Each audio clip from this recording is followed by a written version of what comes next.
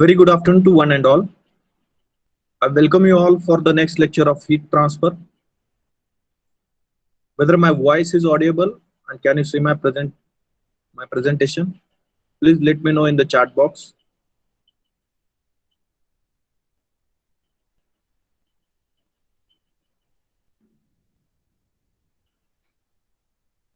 Great.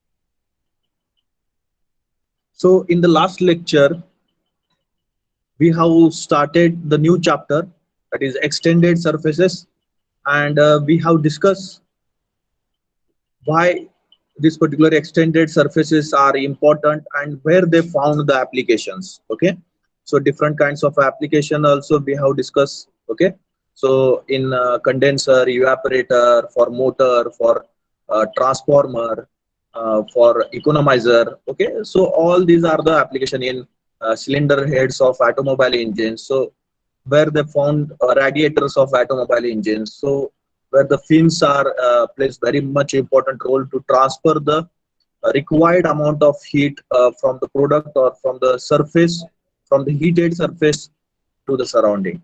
Okay, so we need to carry out the analysis of this heat. We have to carry out the heat transfer analysis for these fins or extended surfaces. Okay, so this analysis should be on some assumptions. Okay, so we have restricting our analysis by applying the assumptions or by considering the assumptions. Okay, so here the some of the assumptions I have listed that we are going to consider while dealing with the analysis of various types of fins under this particular chapter. Okay, so first one is the steady state heat conduction. Steady state means what? There is no heat generation, there is no temperature variation with respect to time. That is nothing but steady state heat conduction. So we are going to consider the steady state heat conduction in the extended surfaces or in the fins. Okay, and there is no heat source present in that particular fin. Okay, so that we can say that no heat generation within the fin. That is our second assumption. No heat generation within the fin. So if there is no heat source, then we can say that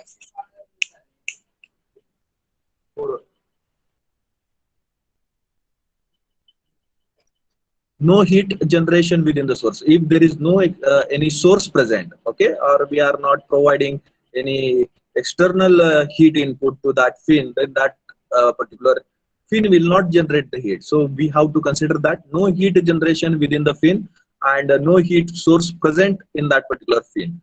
Then uniform heat transfer coefficient H over the entire surface of a fin. Okay, why we are attaching in the fin to any surface? Because we want to enhance the heat transfer rate from the surface to the surrounding. Okay, so while dealing with that particular heat transfer from the surface to the surrounding, we know that one important constant we have to consider, that is nothing but heat transfer coefficient. So in this particular analysis, we have to consider that this particular heat transfer coefficient is uniform over the surface of that fin, over the surface of that fin. Then the material which we are going to consider, or material by which that extended surface is made up of, that material is homogeneous material and isotropic material. Homogeneous material and isotropic material. Okay, and we are going to neglect the thermal contact resistance. Okay, where the fin is attached to the surface. Okay, where the fin is attached to the base surface. So we know that in case of a wall, we have considered the thermal contact resistance because of the surface roughness. There are crust and troughs on the surfaces, and the air or the fluid is trapped in that particular holes, or we can say that voids, and that holes or voids, or that particular fluid which is trapped in that holes or voids, which will provide the maximum resistance for the heat transfer, and the temperature will drop at the contact of the two walls. Okay, So that we have to consider here as a negligible. Okay, we are going to consider the negligible contact thermal resistance. Then one dimensional heat conduction heat we are going to consider, and the negligible radiation we are going to consider. Okay, radiation we will not consider in this particular uh, chapter, that is extended surfaces. So negligible radiation. Okay, negligible radiation. So these are the assumption, and by considering this assumption we are going to carry out the analysis of various types of fins, or um, various geometries of fins. Okay, so write down assumptions made in analysis of a fin. Write down assumptions made in analysis of fin. Assumptions made in analysis of fin. Assumptions made in analysis of fin. Assumptions made in analysis of fin. So first one is steady state heat conduction. First one is steady state heat conduction. Steady state heat conduction. Steady state heat conduction. Second one, no heat generation within the fin. No heat generation within the fin. No heat generation within the fin.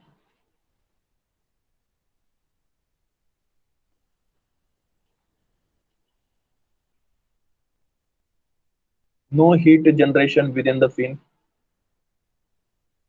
Third one, uniform heat transfer coefficient, in bracket small h. Uniform heat transfer coefficient, in bracket small h. Uniform heat transfer coefficient, in bracket small h, over the entire surface of a fin. Over the entire surface of the fin. Over the entire surface of fin. Then fourth one is homogeneous and isotropic fin material. Homogeneous and isotropic fin material.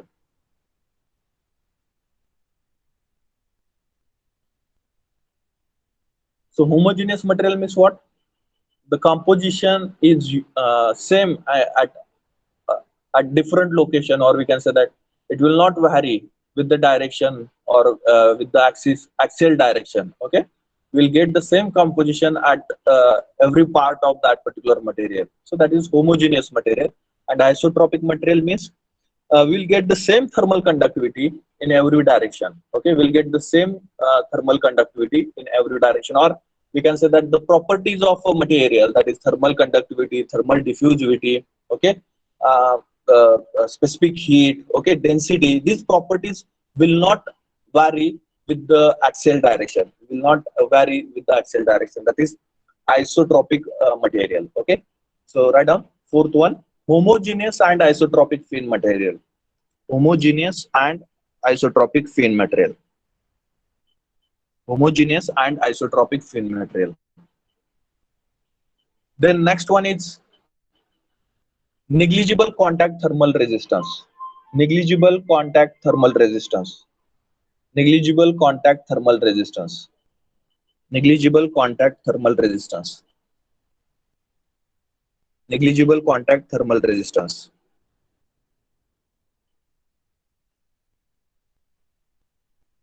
Negligible contact thermal resistance. Sixth one is 1D heat conduction. Sixth one is 1D heat conduction. One-dimensional heat conduction. One-dimensional heat conduction. One-dimensional heat conduction.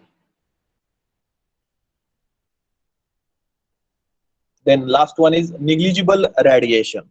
Negligible radiation. Okay, another mode of heat transfer is the radiation heat transfer. So here we are going to consider the radiation heat transfer is negligible. Negligible radiation. Okay. Now in this analysis we required some formulas. Okay, hyperbolic formulas. Okay. So for that reason I have listed some formulas over here, so that for the understanding purpose. Okay. So while dealing with the derivation part, we'll come to know why we have considered the cos hyperbolic x, or 2 cos hyperbolic x, or sine hyperbolic x, or cos hyperbolic x, or sine hyperbolic x. So why I have listed here? So these formulas we required in the derivations. Okay, so initially it should be clear that what e raised to x plus e raised to minus x divided by cos hyperbolic x, then the conversion of that into a 2 cos hyperbolic x. Okay, so that should be known to you, so that the understanding of derivation will be easier one. Okay, so write down formulas required.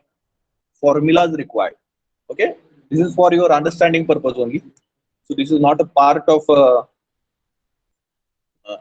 chapter, but you have learned these formulas, and I just want to revise that particular formulas. Okay, so write down the formulas. First one is cos hyperbolic x. Cos hyperbolic x is equal to cos hyperbolic x is equal to e raised to x plus e raised to minus x divided by 2. E raised to x plus e raised to minus x divided by 2. Okay. For more visibility, I suggest to everyone you can rotate your mobile screen so that the data over this particular file will be visible to you. Okay, and also you can use the zoom feature also. Okay, so cos hyperbolic x is equal to e raised to x plus e raised to minus x divided by 2. So we can convert this cos hyperbolic x into 2 cos hyperbolic x. Okay, 2 cos hyperbolic x. So 2 cos hyperbolic x is equal to e raised to x plus e raised to minus x. 2 cos hyperbolic x is equal to e raised to x plus e raised to minus x. E raised to x plus e raised to minus x. Then sine hyperbolic x. Third one, sine hyperbolic x. Third one, sine hyperbolic x. Sine hyperbolic x. Sine hyperbolic x is equal to e raised to x minus e raised to minus x. Sine hyperbolic x is equal to e raised to x minus e raised to minus x divided by 2. Then 2 sine hyperbolic x. Okay, 2 sine hyperbolic x. 2 sine hyperbolic x. 2 sine hyperbolic x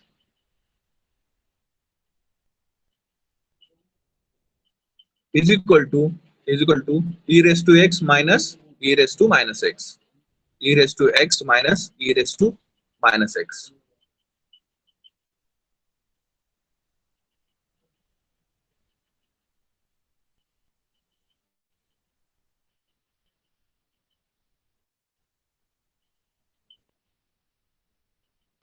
Then if you add the formula number 1 and formula number 3, we'll get the formula number 5.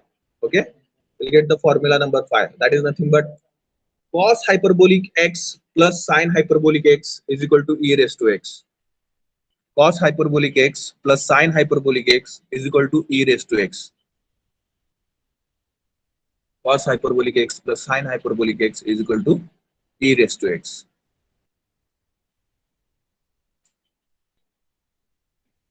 And if you subtract the equation formula number 1 and formula number 3, we'll get the formula number 6. That is cos hyperbolic x minus sine hyperbolic x is equal to e raised to minus x. Cos hyperbolic x minus sine hyperbolic x is equal to e raised to minus x.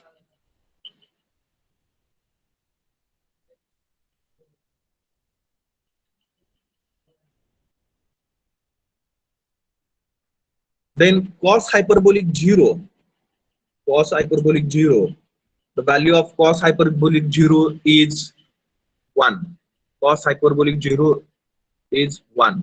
Okay, cos hyperbolic 0 is 1.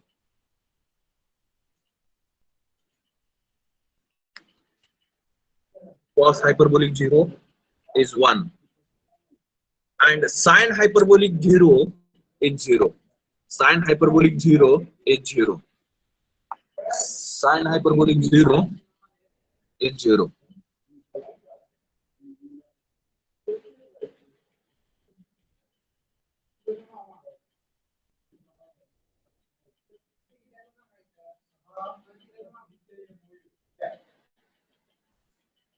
Sine hyperbolic 0 is equal to 0. Sine hyperbolic 0 is equal to 0.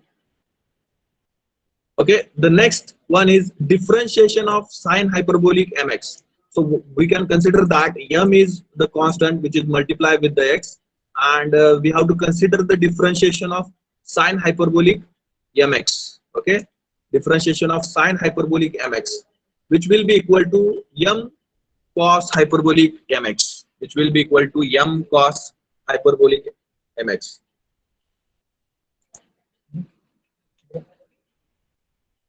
M multiply by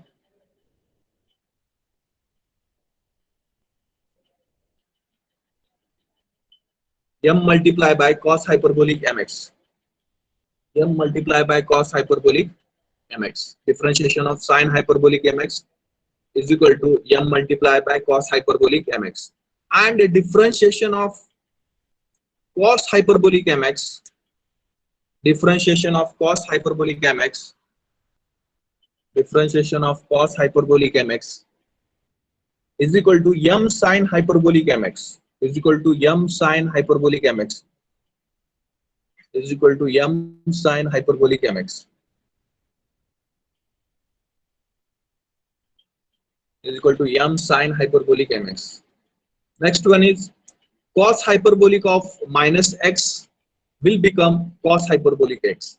Cos hyperbolic of minus x will become cos hyperbolic x. And sine hyperbolic minus x will become minus sine hyperbolic x. Okay, cos hyperbolic minus x will become cos hyperbolic x, and sine hyperbolic minus x will become minus sine hyperbolic x. Okay, so these are the formulas or the some mathematical formulas we required in the derivation. So that I have listed these formulas over here to avoid the confusion at the time of a derivation or while dealing with the derivation. You can easily revise these formulas. Okay, if you return at the initial pages only, then there will not be any complication to understand the derivation part. Okay, so now we are going to consider the heat flow through rectangular fin. Okay, heat flow through rectangular fin. I think the figure is more visible or not, I don't know, but I suggest you that you can zoom this particular figure and try to understand the figure. Okay, so there is one wall. Okay, this is the wall surface, and the rectangular fin is attached to this wall surface. Okay, the rectangular fin is attached to this particular wall surface. Now the base temperature or the wall surface temperature we have to consider as a T0. Okay, base temperature or wall temperature we have to consider as a T0. If the wall temperature is T0, then we can say that the base temperature of a fin is T0. Okay, जो wall का temperature है वो उस fin का base का temperature होगा, और जहाँ पे वो connect हुई है fin उसका वहाँ का temperature कितना होगा, T0 ही होगा. Okay, now we are going to consider that the rectangular fin, and the length of that fin is L. Okay, the length of fin is L. Okay, then thickness of that fin is Y. Okay, thickness, here you can see that this is the thickness.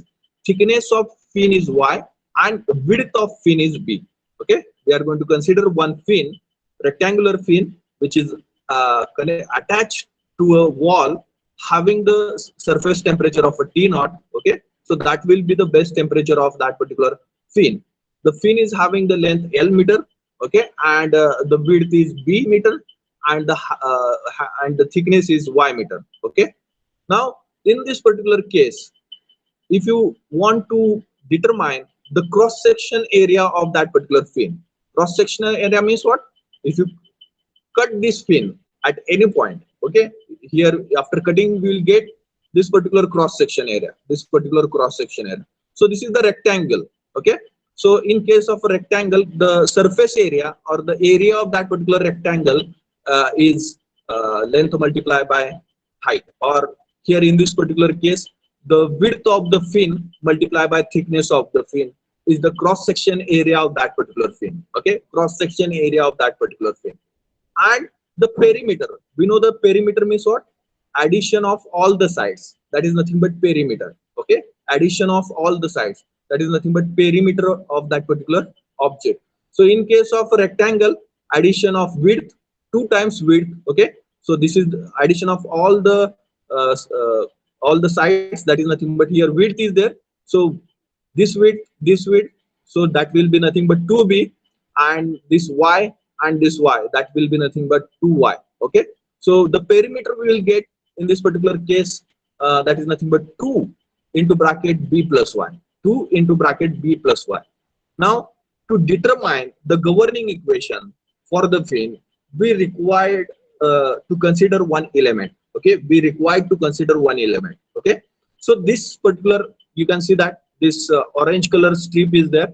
So this is this strip we are going to consider as one element. Okay, so some part of a fin we are going to consider as an element. Okay, so this will be this element having the thickness of a dx. This particular element is having the thickness of a dx, and which is situated at a distance of x from the base of fin.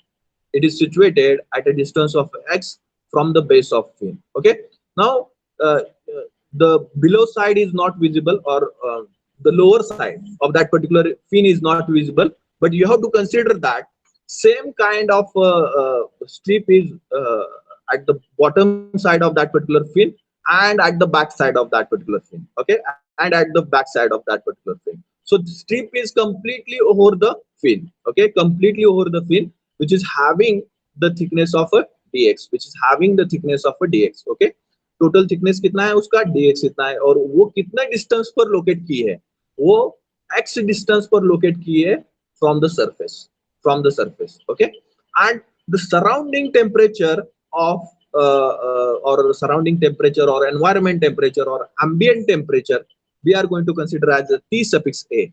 We are going to consider as a T suffix a, and the heat transfer coefficient from the surface of fin to the external environment, we are going to consider as a small h. Okay, we are going to consider as a small h. Getting everyone? So this is the elaboration about the figure. Okay, you just draw the figure properly. Okay, provide all nomenclature. Now here we are going to consider that q suffix x amount of heat is entering inside the element. Okay, in this particular element, and q suffix x plus dx amount of heat is leaving this element. Okay, by conduction. Q suffix x amount of heat is entering the element by conduction, and q suffix x plus dx amount of heat is leaving the element by conduction, and q suffix convection, that is the heat leaving or heat is dissipated to the surrounding from that particular element. Okay, ये element heat surrounding को भी भेजेगा. Okay, कुछ heat जो heat conduction से इस element को मिली हुई है, उसमें से थोड़ी सी हीट कंडक्शन से आगे जाएगी. ओके, उसमें से थोड़ी हीट कन्वेक्शन से एक्सटर्नल एनवायरनमेंट को डिसिपेट की जाएगी. Okay, so our energy balance equation will become very easy. That is heat received by the element, okay, at a distance x from the base, and heat leaving the element at distance x plus dx. Okay, or we can say that heat entering or heat received by the element at distance q suffix x, which is equal to heat leaving the element at distance x plus dx with the amount of q suffix x plus dx, and heat leaving that particular, or heat is dissipated to the external environment with amount of q suffix convection or q convection. Okay, so that will be our energy equation, energy balance equation. Okay, so this x direction shows that the direction, one dimensional heat conduction happening inside that particular fin. Okay, one dimensional heat conduction, because we are going to consider only one direction. So this direction is shown over here. Okay, x direction is shown over here.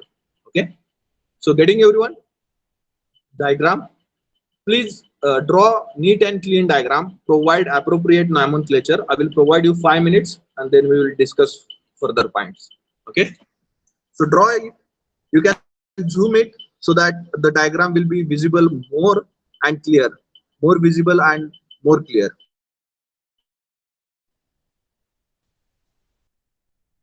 If you have any doubt, any question up till now, you can ask, or else you can draw proper diagram.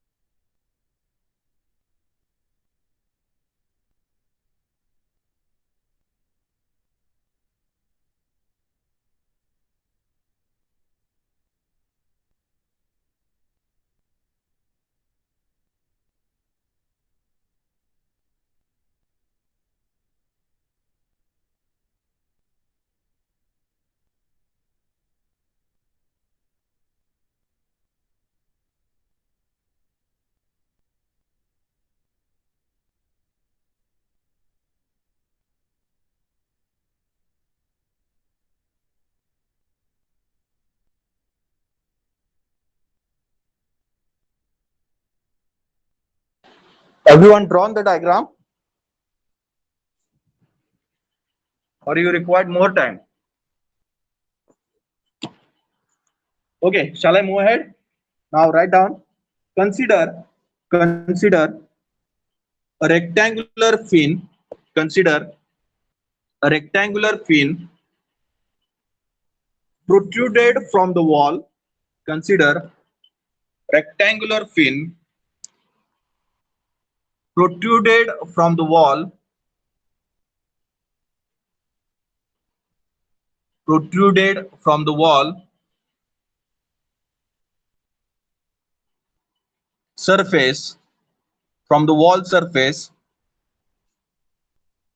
Consider a rectangular fin protruded from the wall surface. Capital L is equal to capital L is equal to capital L is equal to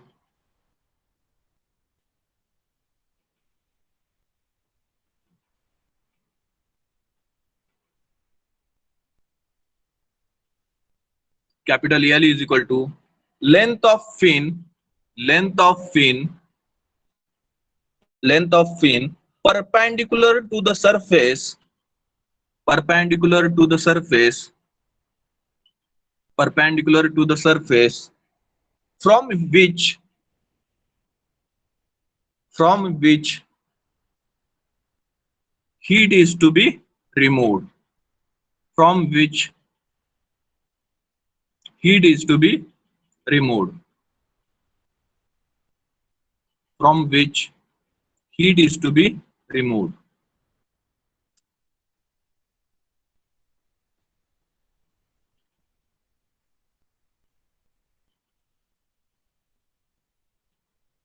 Okay, then small b small b small b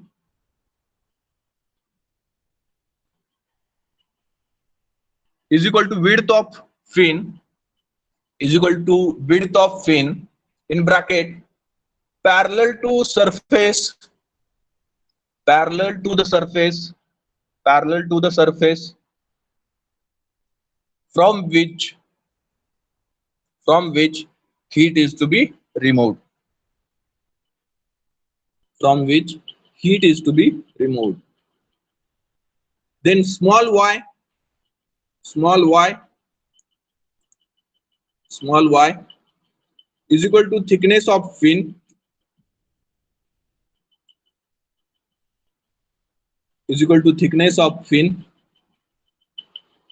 P is equal to P is equal to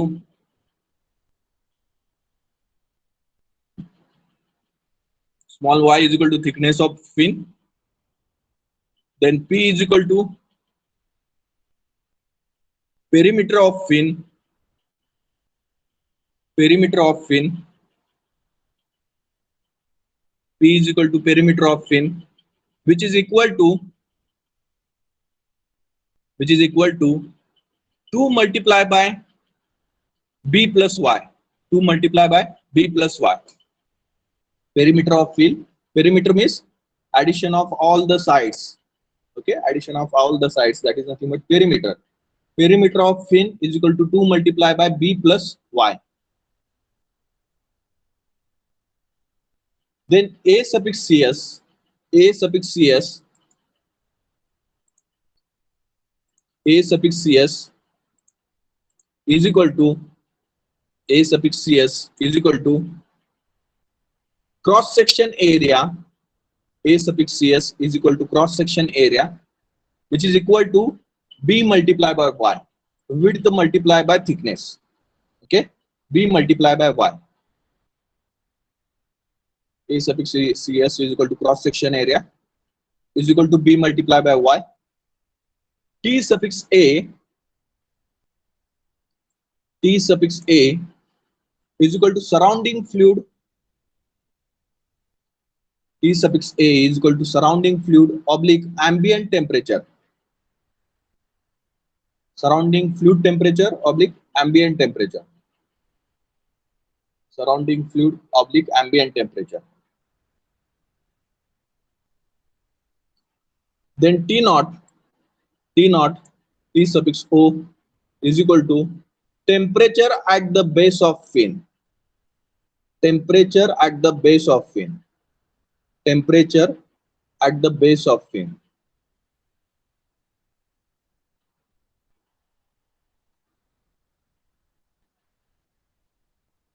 Temperature at the base of fin.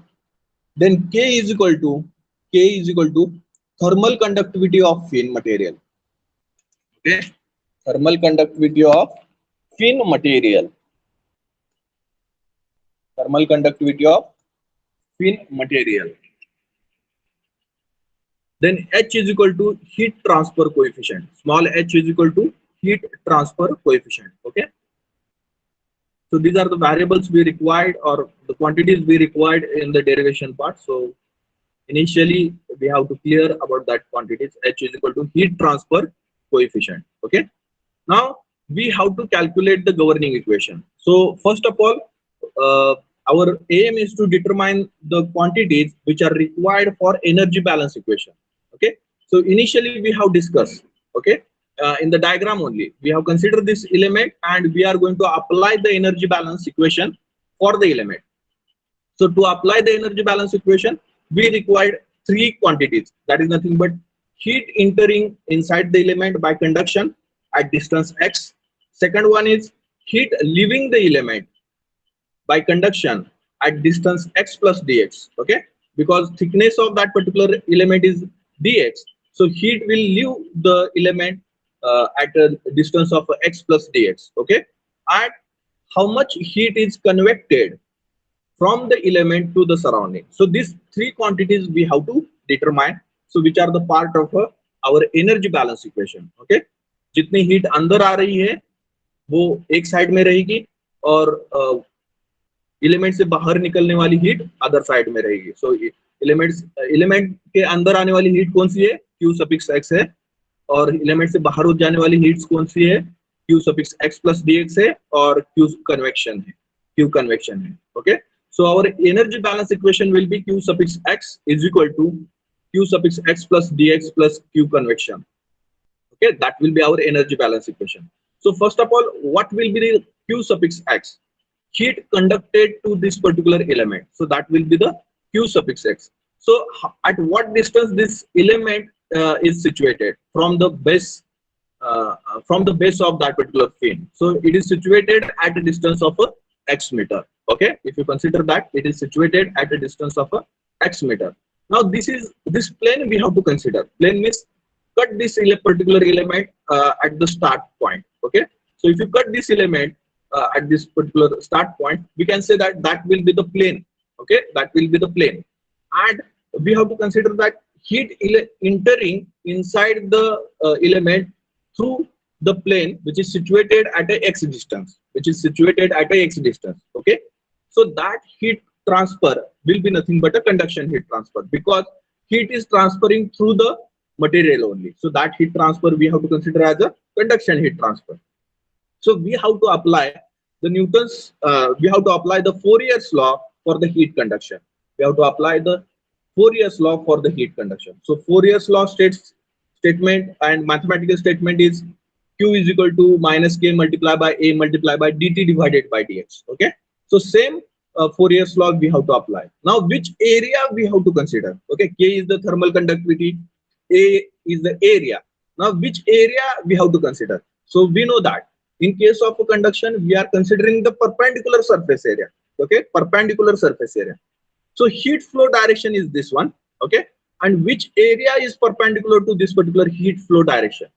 So that area is nothing but what? Cross section area. Okay, this area is perpendicular for the heat flow direction. Getting everyone? This is the direction of heat flow.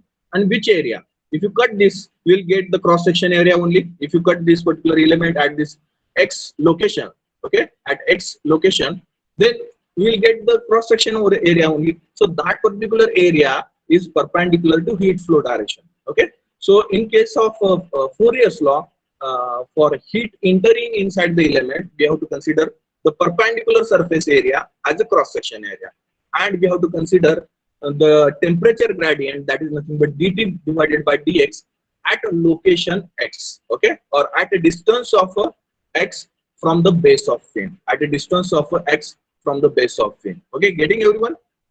Now we can write the equation: heat conducted into the element at a plane x. Heat conducted into the element at plane x. Write down: heat conducted into the element at plane x. Heat conducted into the element at plane x. So that will be Q suffix x. That will be Q suffix x, which will be equal to minus K multiplied by perpendicular surface area. That is nothing but in fin case, that will be the cross section area, minus K multiplied by A suffix CS multiplied by dt divided by dx at a distance of x. Okay, multiply by dt divided by dx at a distance of x. Okay, so you can write draw a vertical line here, and you can provide suffix to that particular line as x. So that will be at distance x. So our heat conducted into the element at plane x will be Q suffix x is equal to minus K multiplied by A suffix CS multiplied by dt divided by dx at distance x. Now अंदर आने वाली heat हमने उसका equation लिख लिया. अब बाहर जाने वाली हीट, सो बाहर जाने वाली हीट, कंडक्शन से बाहर जाने वाली हीट कितनी है? Q suffix x plus dx, because that बाहर जाने का रास्ता थिकनेस खत्म होने के बाद ही शुरू होता है ना. तो थिकनेस कहाँ पे खत्म होती है? उस फिन की. सो dx डिस्टेंस खत्म होने के बाद थिकनेस खत्म होती है. So total thickness of a fin, total thickness of element and the location of that particular element from the base fin, that is nothing but x plus dx. So for that purpose we have provided the nomenclature for the heat conducted out of the element as q suffix x plus dx. Okay, so कितनी heat बाहर निकलेगी? Okay, so जितनी heat अंदर आई है उसमें से कुछ heat बाहर निकल जाएगी. Okay, कंडक्शन से बाहर निकल जाएगी. Okay, so जितनी हीट अंदर आई हुई है, अंदर वो आई हुई हीट कितनी है? Q suffix x. ओके, उसमें ही कुछ बदल होके बाहर निकलेगी. सो उसमें कितना बदल होने वाला है? उस थिकनेस में वो बदल कितना होने वाला है? So differentiation of Q suffix x multiply by dx, इतना चेंज होने वाला है उस हीट में. और वो जो चेंज, जितना चेंज हुआ है वो इनिशियल हीट में ऐड, और we can say if it get the positive change, then we have to add it. If you get the negative change, then we have to subtract it. No doubt. So we have to add that particular change in the initial heat which is entering inside the element, and we will get the heat conducted out of the element. Okay, so the heat conducted, write down, heat conducted out of the element at the plane, heat conducted out of the element at plane, heat conducted out of the element at plane x plus dx at plane x plus dx will be equal to Q suffix x plus dx. Q suffix x plus dx is equal to Q suffix x is equal to Q suffix x plus differentiation of Q suffix x with respect to x, that is d divided by dx of bracket Q suffix x multiply by dx. Okay, now ये हुई heat conduction से बाहर जाने वाली. Okay, अब वो जो element है वो कन्वेक्शन से हीट भी बाहर भेज रहा है, एक्सटर्नल एनवायरनमेंट को भेज रहा है. ओके, सो एक्सटर्नल एनवायरनमेंट को जो हीट वो इलेमेंट भेजेगा उसको कन्वेक्शन हीट ट्रांसफर बोल देंगे हम. So Q convection. Okay, now Q convection निकालने के लिए हमें न्यूटन्स लॉ ऑफ कूलिंग की जरूरत पड़ेगी. So Newton's law of cooling क्या कहता है mathematically? Q convection is equal to H multiply by A multiply by delta T. Okay, H multiply by A multiply by delta t. Okay, where h is nothing but heat transfer coefficient. So in our this particular case we have considered the heat transfer coefficient as h. Okay, and surface area. Now how much surface area is available for the heat transfer? Okay, so surface area कितना available है fin का heat transfer करने के लिए? Fin के element का कितना surface area available है heat transfer करने के लिए? So ये ऊपर का surface area ये available है heat transfer करने के लिए, ये साइड वाला भी सरफेस एरिया अवेलेबल है हीट ट्रांसफर के लिए. Similar kind of this particular surface area at the bottom side, that is also available for the heat transfer by convection, and similar kind of this surface area will be available on the back side of a fin, so that will also transfer the heat by convection to the external environment. Okay, so we can say that two times the surface area of top face and two times the surface area of side face. Okay, so two times the surface area of side face and two times the surface area of a top face.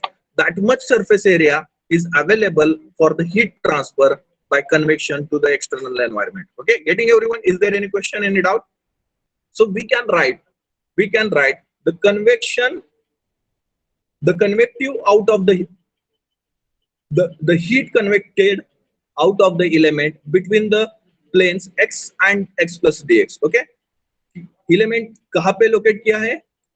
x plane x distance से dx distance तक locate किया है. So we can say that heat will be convected in between that particular distance only. Okay, if you are considering that particular element. Okay, so x and x plus dx planes heat is convected, and that amount of heat will be considered as a convection heat transfer, and which we can write this as q convection is equal to h multiplied by a suffix s. Okay, a suffix s means surface area multiplied by delta t. Okay, now the surface area, we have to convert this surface area in a different form.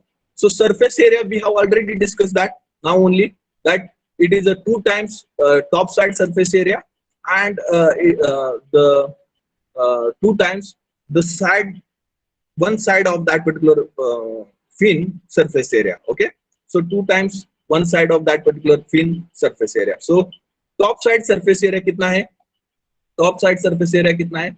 So rectangle का surface area कितना होता है? dx.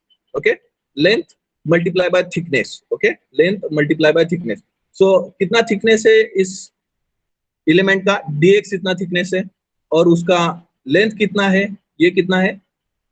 width है.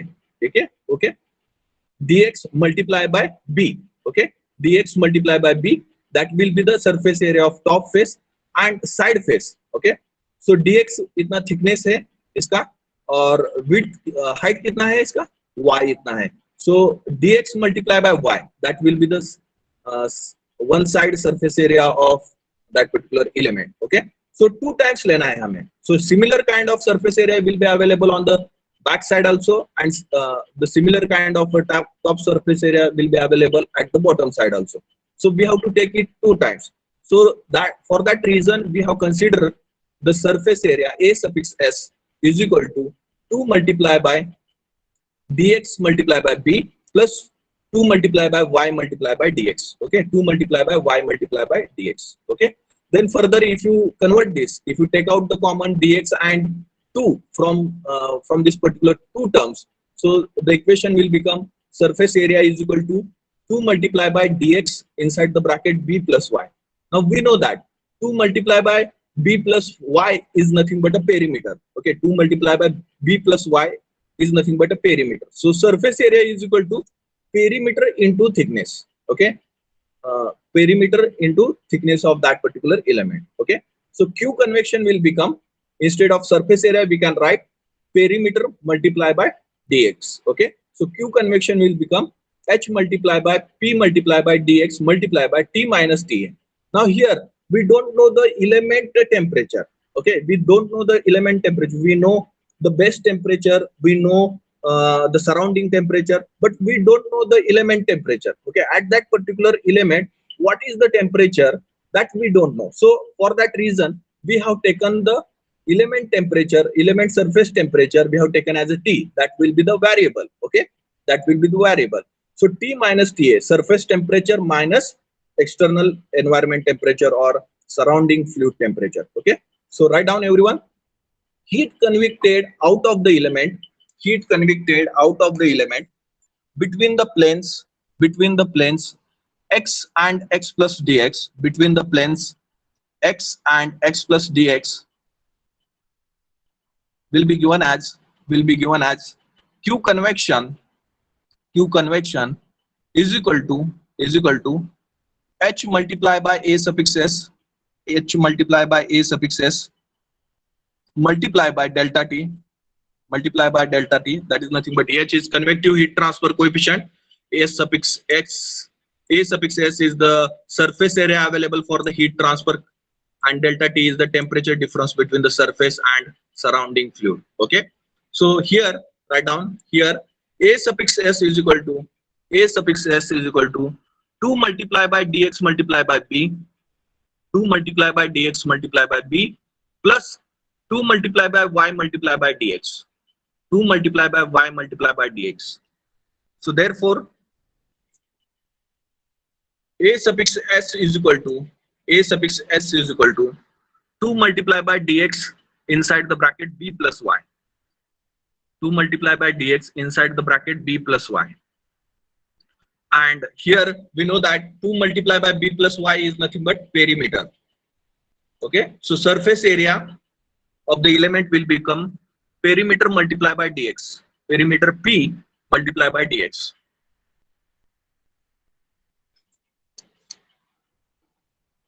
Perimeter multiply by dx. Now our convection heat transfer rate equation will become Q convection is equal to H multiply by inside the bracket P multiply by dx, H multiply by P multiply by dx multiply by T minus TA, multiply by T minus TA, T minus TA. Now apply the energy balance at the element, apply the energy balance at the element. Write down applying energy balance at the element, applying energy balance at the element.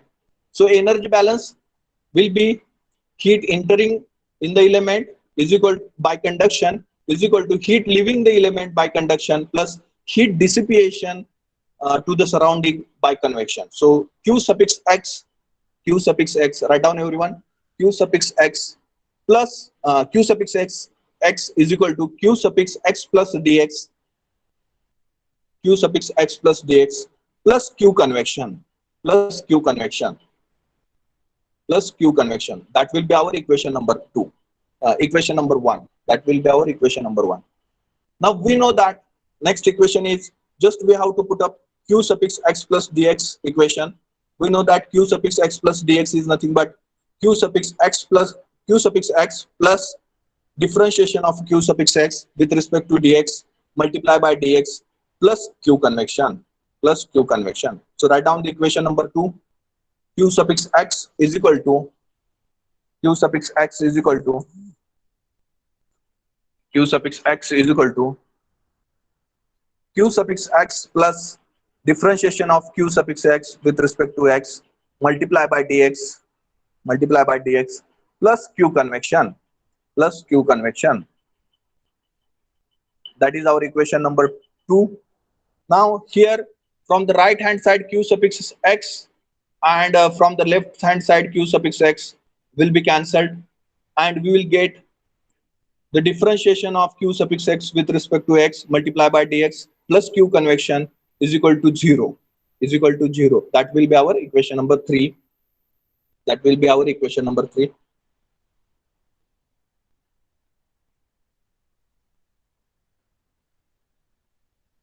Equation number 3. Okay, everyone with me? I have written this equation.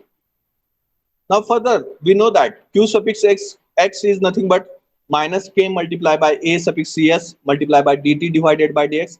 Just put up that particular equation instead of Q suffix X, and Q convection equation also we have determined, that is nothing but H multiplied by inside the bracket P multiplied by dx multiplied by T minus TA, and which should be equated to 0.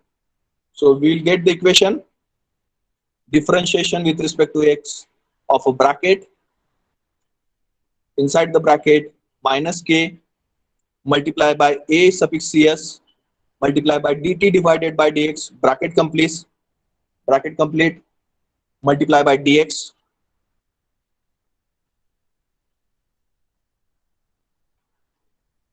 plus H multiplied by P multiplied by dx, H multiplied by inside bracket P multiplied by dx, bracket complete, in another bracket T minus TA. Okay, now here K and A suffix Cs, that is thermal conductivity and cross section area. These are the constant. So we can take it outside the differentiation bracket, and it will become minus K multiplied by A suffix Cs multiplied by differentiation of bracket with respect to x, inside the bracket differentiation of t with respect to x, multiply by dx plus h multiplied by p multiplied by dx multiplied by t minus ta is equal to 0. Is equal to 0. Write down everyone. Minus k multiplied by a suffix cs multiplied by differentiation with respect to x of a bracket, inside bracket dt divided by dx bracket complete multiply by dx plus h multiply by inside bracket p multiply by dx multiply by t minus ta is equal to 0. Now here we have to divide by minus k multiply by a suffix cs multiply by dx throughout this particular equation. Okay, throughout this particular equation we have to divide by minus k multiply by a suffix cs multiply by dx. Okay, throughout the equation. So we'll get, so this will be the double differentiation. Okay, so we will get the term as d2t divided by dx square. That will be nothing but double differentiation of a temperature with respect to x. Okay, minus hp, here the minus k acs and dx will be cancelled, or it will be divided by the same term. Okay, it will be divided by the same term, so it will be cancelled from the first term. Now from the second term, dx will be cancelled. If you divide by minus k a suffix cs and dx to second term, then dx will be cancelled. The remaining part is only minus h multiplied by p divided by k multiplied by a suffix cs. Okay, and a whole multiplied by t minus ta, whole multiplied by t minus ta, which will be equated to the 0, which will be equated to the 0. Okay, so write down this equation everyone. So that equation number will be equation number 4. Equation number 4.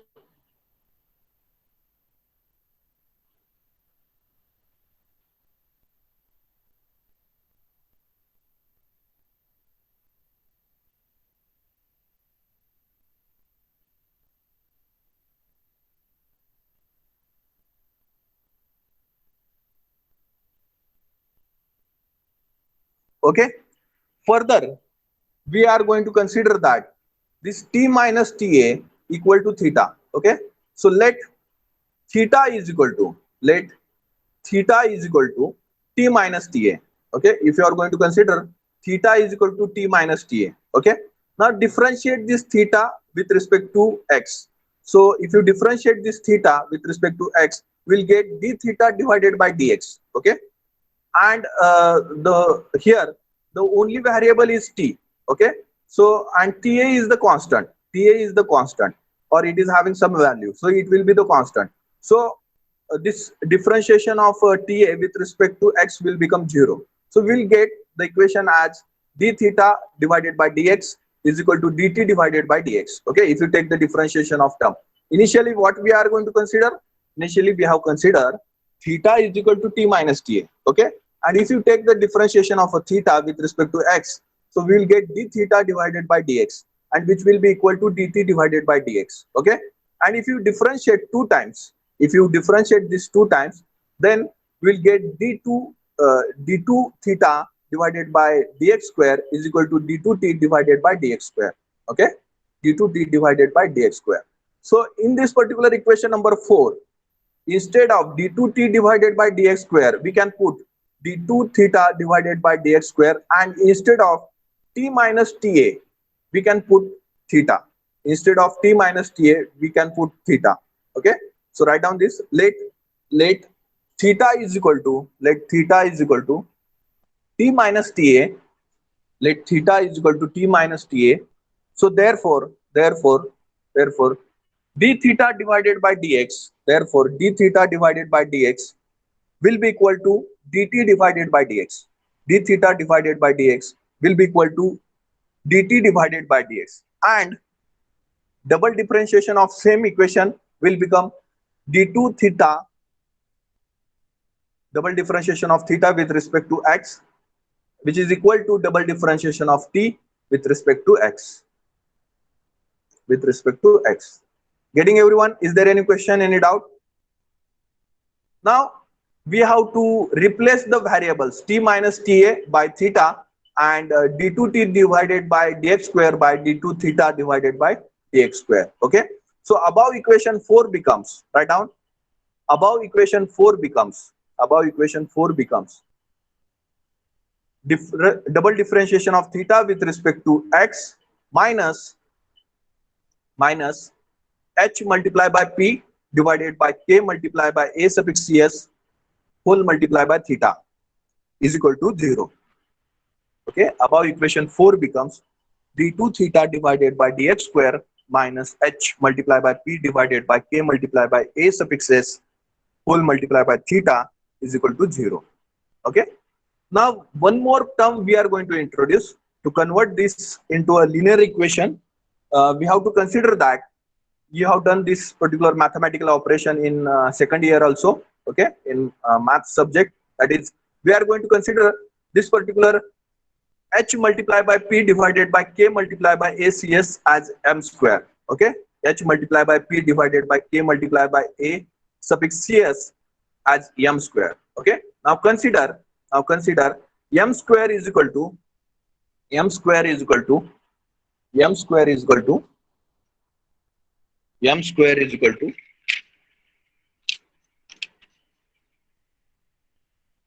m square is equal to h multiplied by p divided by k multiplied by a suffix cs, k multiplied by a suffix cs. So our equation number, this above particular equation will become d2 theta, write down, d2 theta divided by dx square, d2 theta divided by dx square minus m square multiplied by theta, minus m square multiplied by theta, and where m is equal to square root of h multiplied by p divided by k multiplied by a suffix cs, where m is equal to h multiplied by p divided by k multiplied by a suffix cs. Okay, where h is nothing but heat transfer coefficient, p is perimeter, k is thermal conductivity, and a suffix cs is the cross section area. Okay, is there any doubt, any question? Now further, write down equation number 4 and 5. Equation number 4 and 5 represent the general form of equation number 4 and 5 represent the general form of energy equation. Equation number 4 and 5 represent the general form of energy equation for 1D heat dissipation, for 1D, that is one dimensional heat dissipation,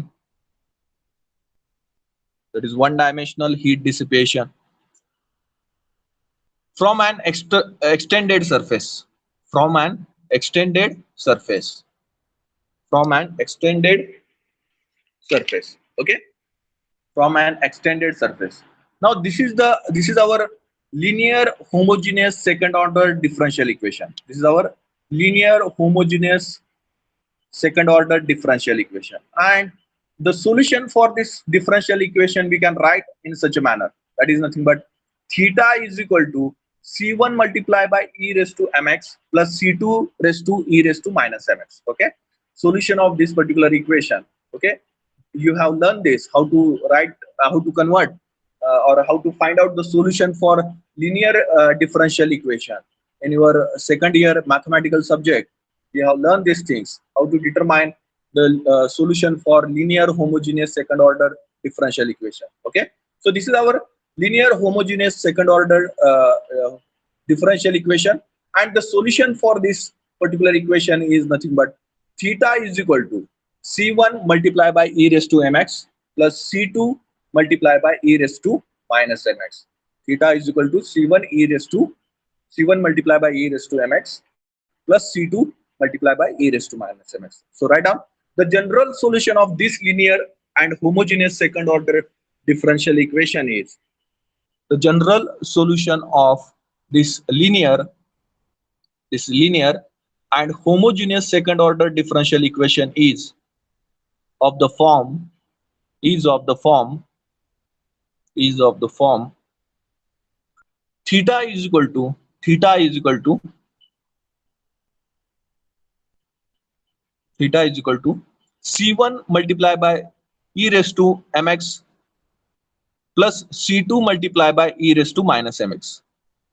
C2 multiplied by e raised to minus mx. Now we know that theta means theta is nothing but t minus ta. So you can replace that theta by t minus ta, and here C1 and C2 are nothing but the integration constant. C1 and C2 are nothing but the integration constant, and that we have to determine by applying the boundary condition. That we have to determine by applying the boundary condition. So you can write this equation as t minus ta is equal to C1 multiplied by e raised to mx plus C2 multiplied by e raised to minus mx.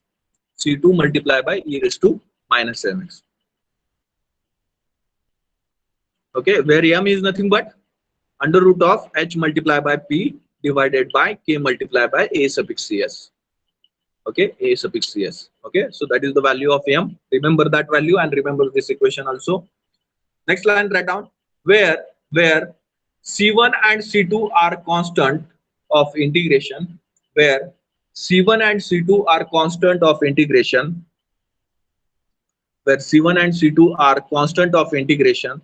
and this can be determined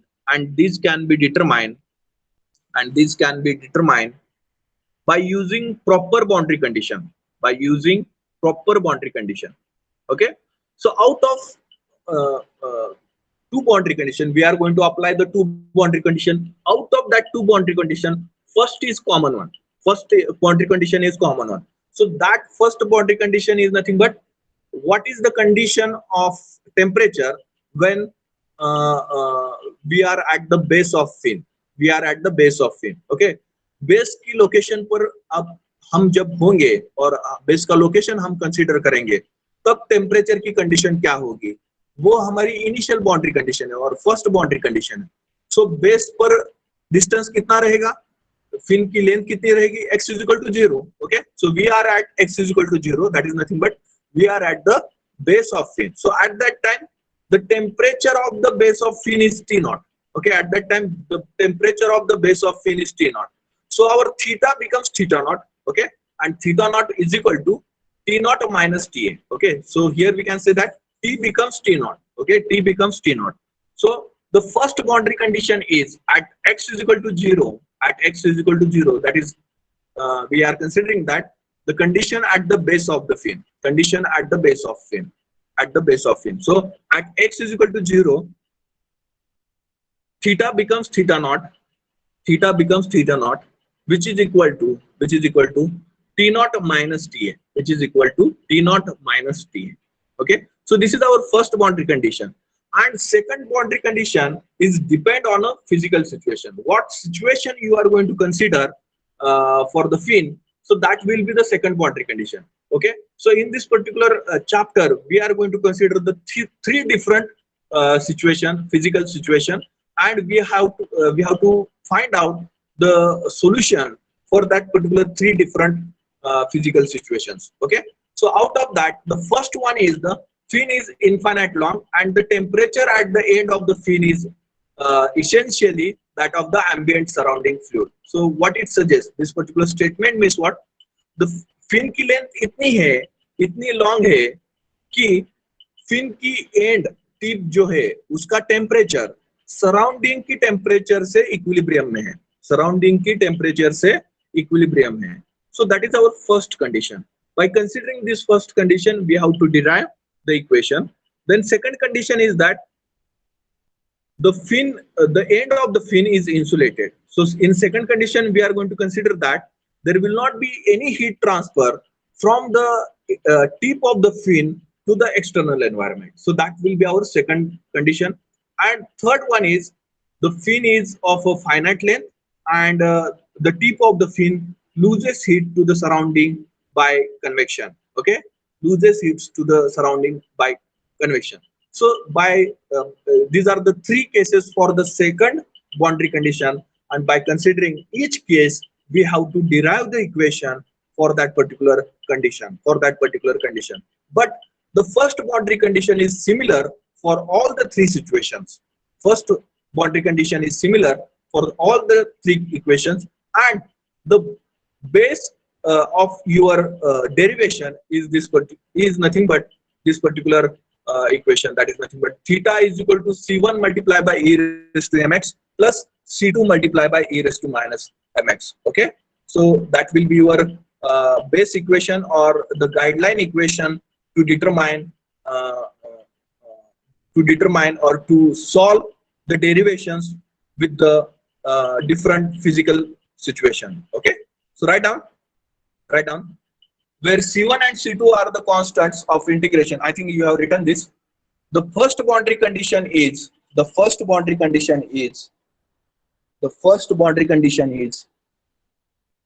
at x is equal to 0,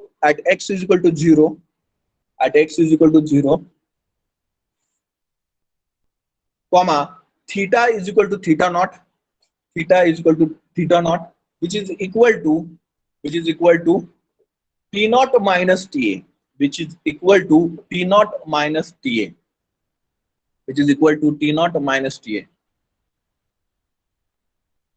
Next line. The second boundary condition is depend on a physical situation. Okay. Physical situation. The first one is fin is infinitely long.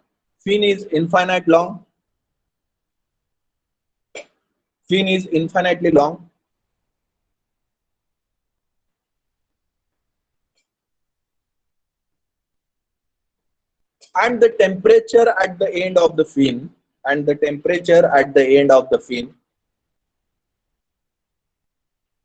essentially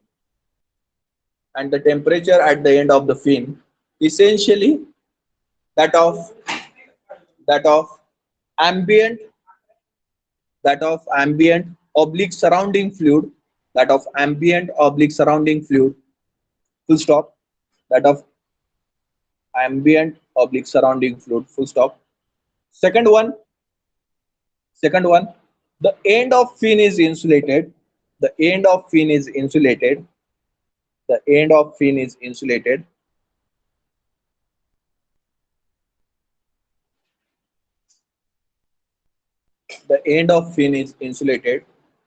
the last one is the fin is of finite length.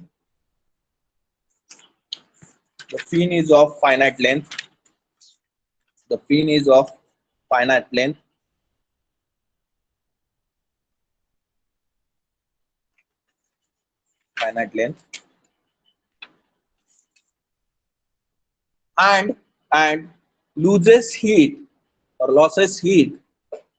heat from its end by convection. The fin is of finite length and loses heat from its end by convection. So these three cases are there, and each case having special derivation. So in the next lecture, we are going to derive this particular three derivation. Okay, for each case. Is there any question, any doubt out till now, whether you understood this particular derivation? Okay, in this derivation we have determined general equation for the fin. And or we can say that the governing equation of the fin. Okay, and in the next lecture, by considering the same governing equation and applying the boundary condition, first boundary condition and second boundary condition out of these three boundary conditions, by considering one condition out of three boundary condition, we have to derive the equation for each second boundary condition. Okay, so if you don't have any doubt, then you can put up your roll numbers in the chat box and you can leave. If you have any doubt, you can ask.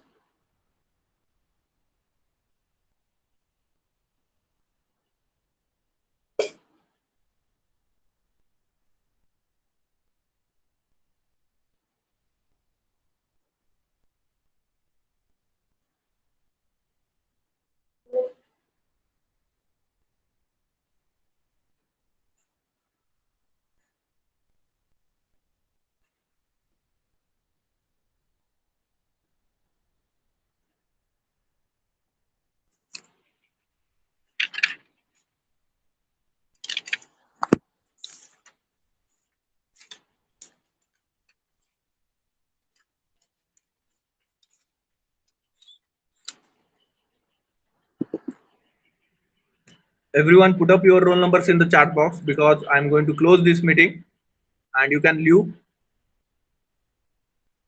this meeting. Everyone, 68, 35, 46, 15, 51, 3, 6, 1.